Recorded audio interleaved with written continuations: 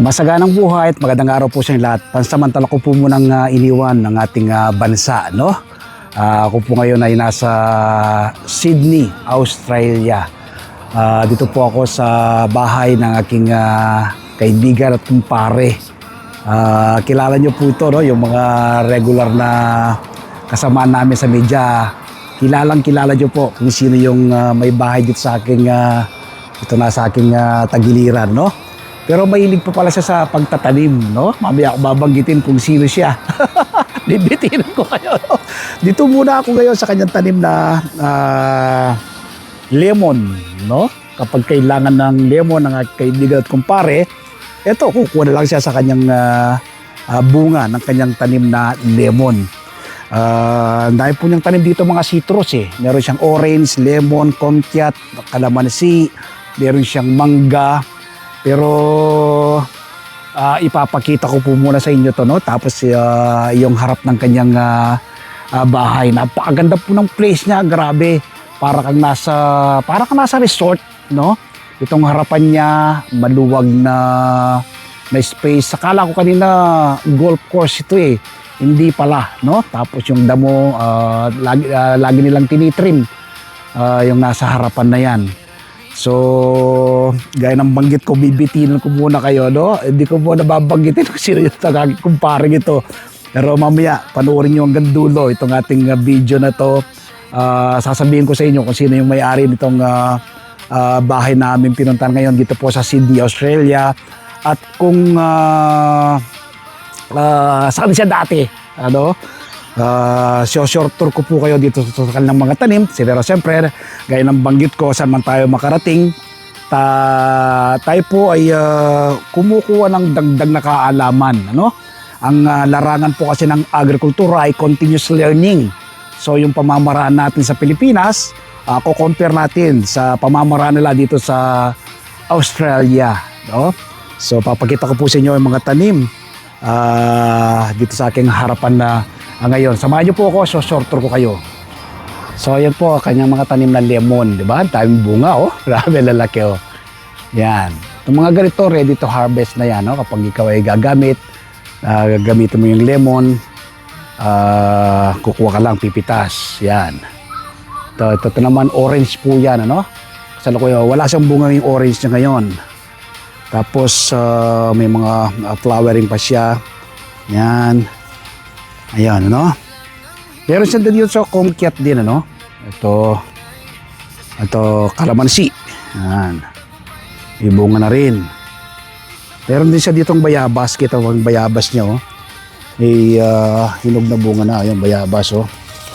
Ayan, oh. Ito, hinog na siguro to, oh. Ayan. Ayan. So, meron siyang mandarin orange din. Ayan, mandarin orange yan. So ito nga sa harap na ito, mga citrus. Ayan. Tingnan niyo po yung surroundings niya, di ba? Mare-relax ka, tingnan niyo po. Parang nasa resort, di ba? Mountain, tapos hill.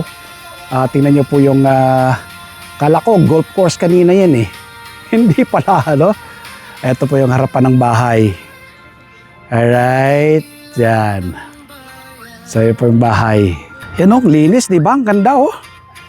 Para kang nasa isang resort. Yan. Ayan po yung bahay ng ating kaibigan. Yan o, yan. Ang dami sasakyan sa kanyang harapan.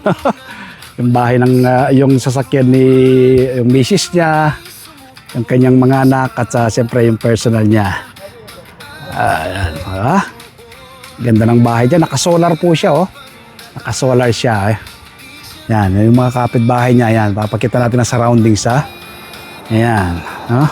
Dito po sa Australia, right-hand drive po rito. Siyempre, kung sanay ka sa left-hand drive, maninibago ka dito kapag magdadrive ka. Yun, diba? So, mamaya ako babanggitin na si Mrs. Mimi. Mamay, kaway nga dyan, mami. Ayan. Paring Bobby, kaway nga dyan. Ayan. Si Maring Bobby, si Maring Imelda.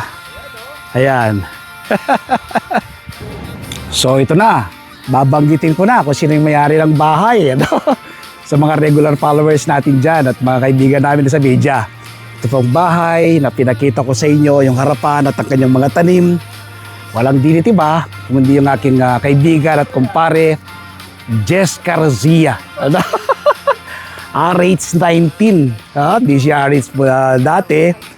Nag-migrate na po siya dito sa Sydney, Australia. Ito, nadalaw po na tayo ngayon dito sa kanyang bahay. No? So, mahilig din sa magtanim tulad po lang yung magsasakang reporter. No? Kanina yung kanyang mandarin orange, hindi pa raw niya napapabunga. Kumuha ng konting tip sa akin. Sabi ko, citrus yan.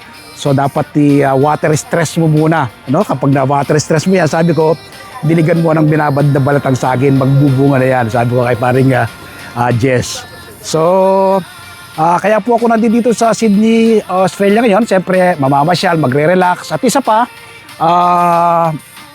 kasama na rin yung ating lakbay, lakbay aral. Kasi ang lalangan ng agrikultura, continuous learning yan eh. So malalaman natin, may mga pupuntahan kami ditong mga farm. Ibabahagi nila siguro sa akin, kung ma-interview natin mga farmers dito, yung kanilang techniques, no? Iko-compare ko naman sa ginagawa natin dyan sa Pilipinas. So abangan nyo po yung aking pag-stay dito sa Australia, hindi lamang dito sa Sydney. Kasi ang Australia kasi kontinente yan eh. So dito nasa Sydney kami ngayon, marami pa kaming pupuntahan dito. At ibabahagi ko yung mga lugar, lalo na po yung mga tanim na ating makikita sa ating paglilibot dito po sa Australia. So, happy farming po, bye-bye, God bless.